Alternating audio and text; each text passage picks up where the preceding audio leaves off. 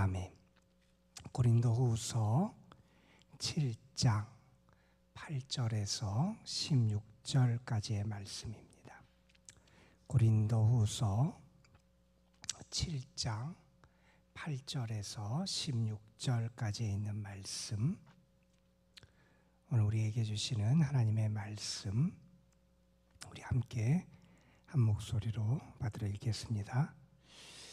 그러므로 내가 편지로 너희를 근심하게 한 것을 후회하였으나 지금은 후회하지 아니함은 그 편지가 너희로 잠시만 근심하게 한 줄을 알미라. 내가 지금 기뻐함은 너희로 근심하게 한 까닭이 아니요 도리어 너희가 근심함으로 회개함에 이른 까닭이라.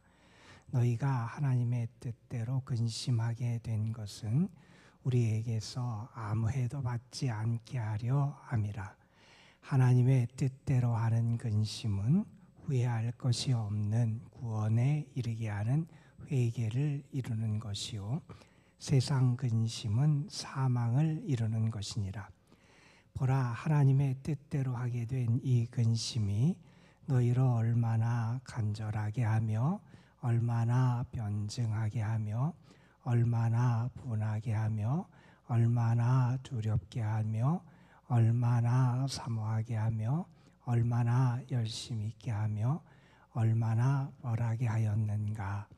너희가 그 일에 대하여 일체 너희 자신의 깨끗함을 나타내었느니라.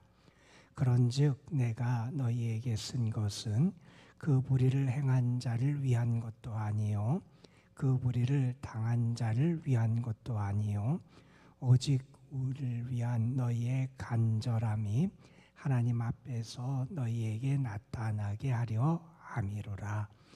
이로 말미암아 우리가 위로를 받았고 우리가 받은 위로 위에 디도의 기쁨으로 우리가 더욱 많이 기뻐함은 그의 마음이 너희 무리로 말미암아 안심함을 얻었음이라. 내가 그에게 너희를 위하여 자랑한 것이 있더라도 부끄럽지 아니하니 우리가 너희에게 이른 말이 다 참된 것 같이 디도 앞에서 우리가 자랑한 것도 참되게 되었도다. 그가 너희 모든 사람들이 두려움과 떨므로 자기를 영접하여 순종한 것을 생각하고 너희를 향하여 그의 심정이 더욱 기뻤으니 내가 범사에 너희를 신뢰하게 된 것을 기뻐하노라. 아멘.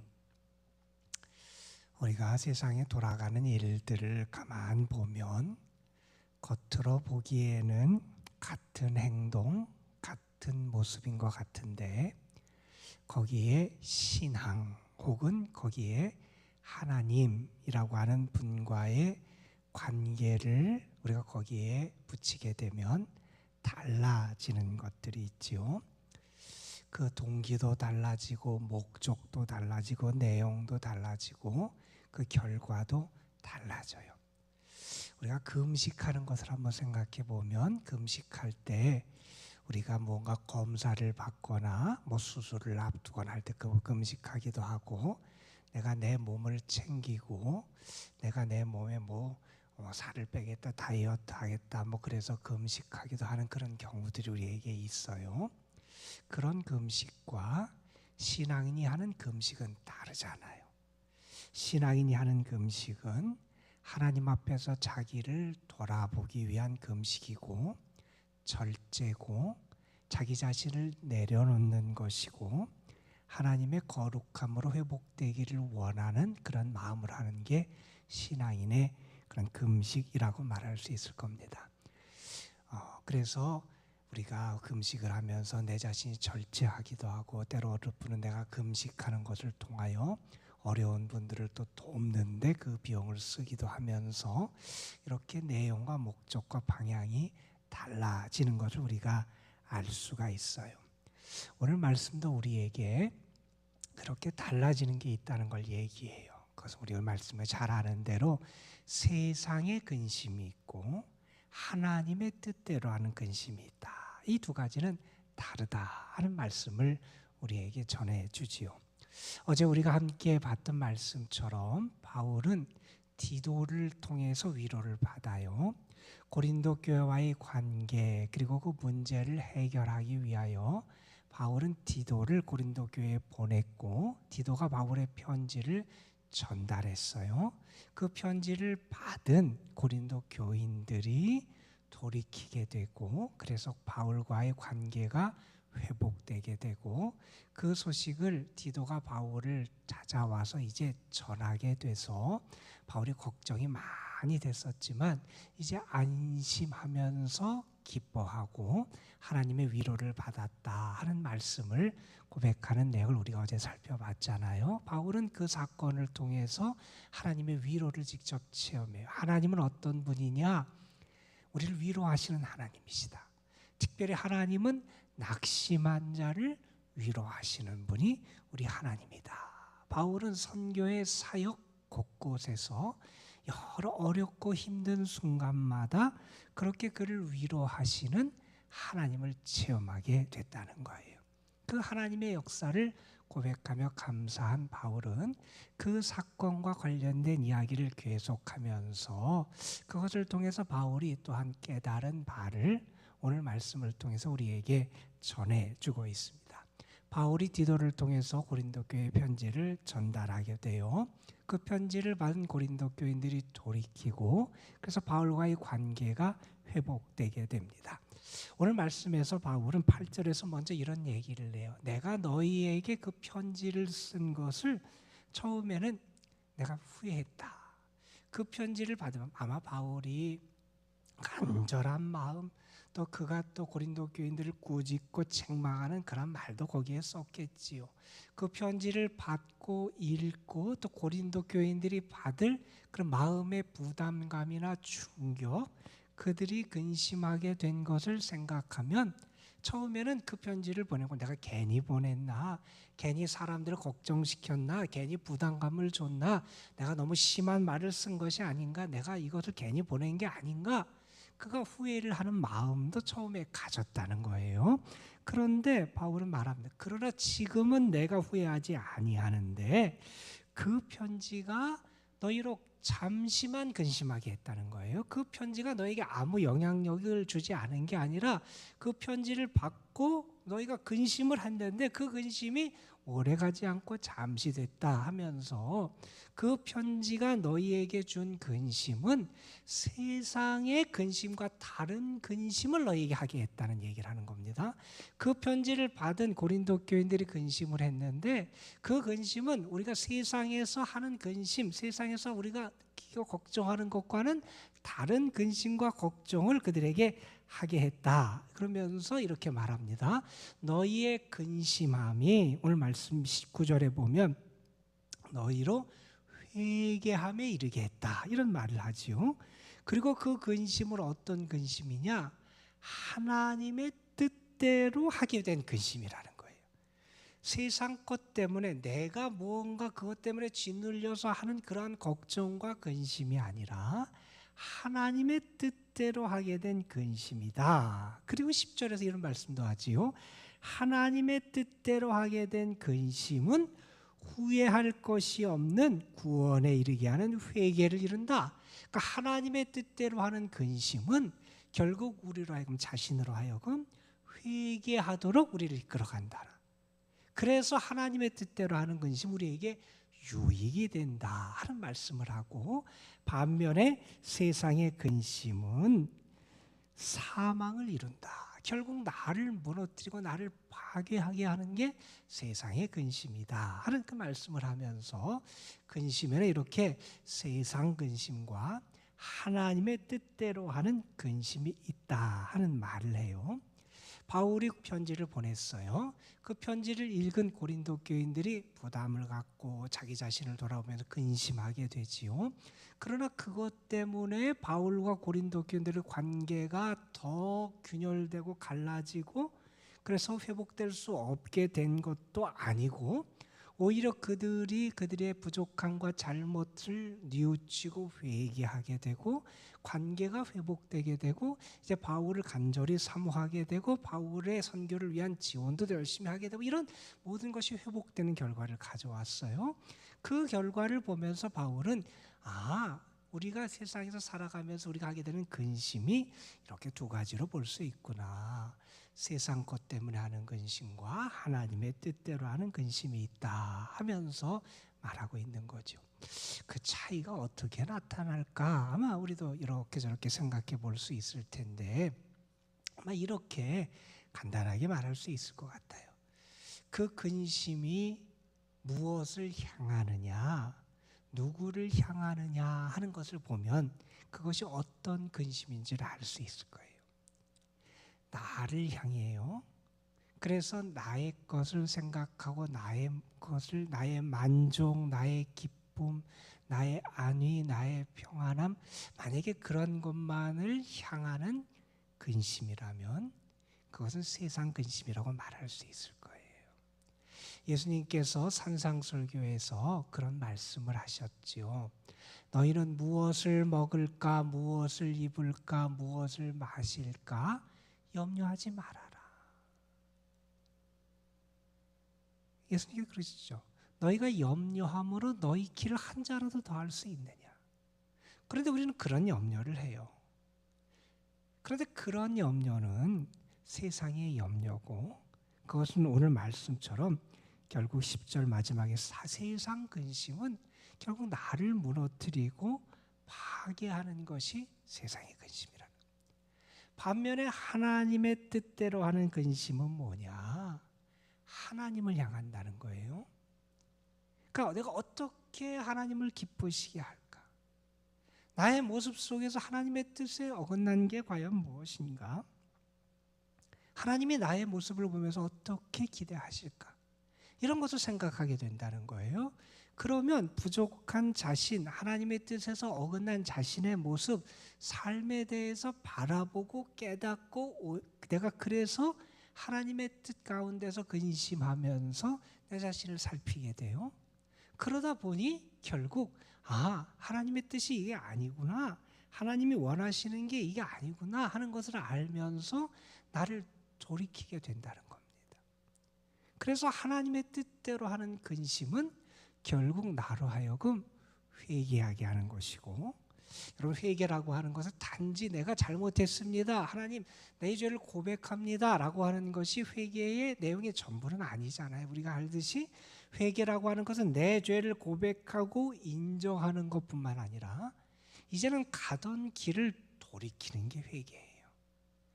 이제는 내가 이전에는 이쪽 방향으로 나갔는데 내가 잘못된 방향으로 나아간 것을 알게 돼요. 그래서 내가 잘못 갔구나, 내가 잘못 갔다는 것을 인정하고 알아요. 물론 그것이 회개의 첫 단계지만 그렇다면 그것을 인정하고 이제는 방향을 돌이킬 수 있는 것, 그것이 회개의 모습이라는 거예요. 이전에는 나 혼자 걸어갔어요. 내 뜻대로, 내 마음대로, 내가 원하는 대로, 내가 행복을 추구하는 방향, 내 만족을 위해서, 내 기쁨을 위해서 나아갔어요. 그러나 그것이 잘못된 것을 알았어요. 그러면 내가 그것을 알고 인정한 다음에 이제는 나 혼자 내 마음대로 살아가는 삶이 아니라 하나님과 함께 살아가는 삶, 주의 뜻을 따라 살아가는 삶으로 나의 삶을 돌이키는 건 그것이 진정한 회개잖아요. 하나님의 뜻대로 하는 근심은 우리 자신을 돌아보게 해요. 그래서 회개하게 하고 우리에게 회개의 열매가 맺혀지게 해요. 오늘 말씀 11절에 보면 바울이 고린도 교인들이 이렇게 바울의 편지를 받고 근심하면서 결국 회개에 이르게 돼서 어떤 열매가 나타나는지 여기 이렇게 설명을 해요. 보라, 하나님의 뜻대로 하게 된 이 근심이 너희를 이렇게 만들었다는 거예요.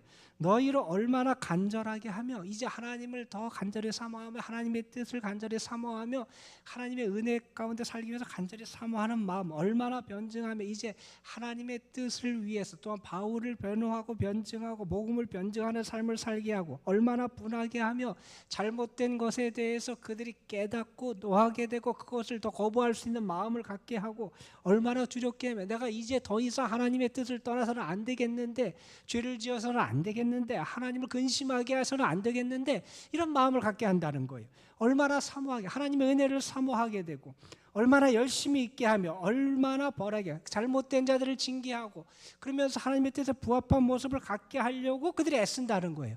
그래서 어떤 모습이 나타났느냐? 너희가 그 일에 대하여 일체 너희 자신의 깨끗함을 나타냈다는 거예요. 이제 그들이 회개하여 그들이 깨끗하게 그렇게 변화될 수 있도록 그런 열매들이 그들 가운데 맺어지게 되더라는 거예요. 하나님의 뜻대로 하는 근심이 회개하게 하여 깨끗함, 거룩함의 열매를 맺게 한다는 겁니다. 여러분, 우리는 세상 걱정에 짓눌려 사는 사람이 아니잖아요. 성경은 우리에게 가르칩니다. 너희의 염려와 걱정을 다 주께 맡기라, 맡겨버리라는 거예요. 우리는 알아요. 들의 백합화가 어떻게 자라는 줄 알아요. 공중의 새도 하나님이 어떻게 돌보시고 먹이시는 줄 알아요. 하물며 너희 일까 보냐 주님이 말씀하시는데 우리는 그런 세상의 걱정과 근심에 짓눌려 사는 사람이 아니라 하나님이 내 마음에 주시는 거룩한 근심을 통해서 내 자신을 거룩하게 하고 회개하고 정결하게 하고 하나님의 뜻을 향하여 나아가는 그런 사람들이 돼야 된다 하는 것도 깨닫게 되면서 한번 생각해 보게 돼요. 과연 나는 하나님이 주시는 거룩한 근심을 통해서 무엇을 회개하고 있는지 그리고 내 삶이 얼마나 거룩하고 깨끗함을 나타내는 그런 모습이 되고 있는지를 다시 한번 살펴보게 됩니다. 자, 그러면서 오늘 말씀 13절부터 16절에 보면 이렇게 바울의 편지를 통해서 관계가 회복되는 이 과정을 통해서 바울이 또한 깨달은 바를 다시 한번 설명을 해요. 그건 뭐냐? 하나님은 결국 이 모든 진행되는 과정을 통해서 이것을 보여주시더라. 뭘 보여주시느냐? 결국에는 어려움도 있고 갈등이 있는 것 같고 고민도 있고 아파하는 것 같지만 모든 되어지는 과정 속에 느끼는 것은 합력하여 선을 이루어 가시는 분이 우리 하나님이시구나 하는 것을 그런 깨닫게 돼요. 처음에는 안 될 것 같았어요. 어려운 것 같았어요. 이것이 참 힘든 그러한 문제들이 계속 서로와의 관계 속에 쌓이는 것 같았어요. 그래서 고민도 하고 눈물의 편지를 보내야 되기도 하고 안타까운 마음에 하나님 앞에 기도하기도 하고 이런 많은 과정들이 있었어요. 그런데 결국 이 모든 게 되어지는 과정을 통해서 보니 하나님이 이렇게 선을 이루시는구나 하는 것을 알게 하셨다는 거예요. 바울이 디도를 보냈어요. 디도를 통해서 위로를 받았어요. 그런데 디도가 고린도 교회에 가서 바울의 편지를 전할 때의 상황은 바울과 고린도 교회의 관계가 그렇게 좋지 않은 관계 속에서 고린도 교회에 가서 편지를 전했는데 그 편지를 전할 때 디도의 마음이 어떻겠어요? 바울과의 관계가 잘 회복될까? 내가 바울의 편지를 저들에게 전하는데 저들이 바울의 편지를 잘 받을까? 나를 참 좋은 마음으로 대해줄까? 뭐 이런 많은 복잡한 마음을 가지고 고린도 교회에 가서 편지를 전했을 거 아니에요. 그런데 그 편지를 받은 고린도 교인들의 모습, 편지를 읽고 고린도 교인들이 대응하는 그 태도, 그리고 그 다음에 일어나는 결과를 보니 너무나 감사한 거예요. 오늘 말씀이 그런 얘기를 하지요. 너희 모든 사람이 15절에 보면 두려움과 떨므로 자기를 디도를 영접하고 순종한 것을 보면서 그의 마음이 정말 기뻐하고 너희를 향한 신뢰를 얻게 됐다는 거예요. 걱정하며 갔는데 오히려 두려움과 떨므로 그 디도를 잘 대해주고 그 편지를 받고 그들이 돌이키고 하는 모습을 통해서 오히려 디도가 위로를 받고 그들을 믿게 되고 신뢰하게 되더라. 그리고 바울은 말해요. 바울이 이전에 디도에게 고린도 교회에 있는 교인들에 대해서 자랑한 일이 있다는 거예요. 우리 고린도 교회 성도들, 저 고린도 교회에 있는 성도들은 이러한 성도들이고 이러한 믿음의 사람들이야. 이렇게 자랑했는데 만약에 디도가 가서 그곳에서 봉변을 당하고 환대를 받지 못했다면 오히려 바울의 자랑한 것이 다 무색하게 그렇게 됐을 텐데 오히려 그것을 통해서 바울의 자랑이 헛되지 않음도 드러날 수 있어요. 얼마나 기쁘겠어요. 그러면서 바울은 말합니다. 16절에 내가 범사에 너희를 신뢰하게 된 것을 기뻐한다. 결국 이 모든 것을 통해서 다시 신뢰의 관계가 회복되고 그 믿음의 그런 관계가 세워질 수 있게 됐다는 거예요. 이 모든 과정을 보면 하나님이 어떻게 일하시는지가 우리에게 드러나게 된다는 거지요. 여러분, 그래요. 우리가 무슨 일을 만났을 때, 특별히 예기치 못한 어려운 일을 만났을 때, 내 잘못이 아닌데 어떤 일이 벌어졌을 때, 또 우리가 괜히 오해를 받고 힘들 때 있잖아요. 그 당시 얼마나 힘들고 그것을 견뎌내고 이겨내기 위해 눈물을 흘리기도 하고 하나님 앞에 간절히 기도하기도 하고. 그러나 우리가 분명히 믿는 게 있어요. 하나님은 합력하여 선을 이루시는 하나님이시고요. 우리를 선대하시는 분이 하나님이세요. 저는 여러분에게 그 하나님의 은혜가 오늘도 함께하길 간절히 소망합니다.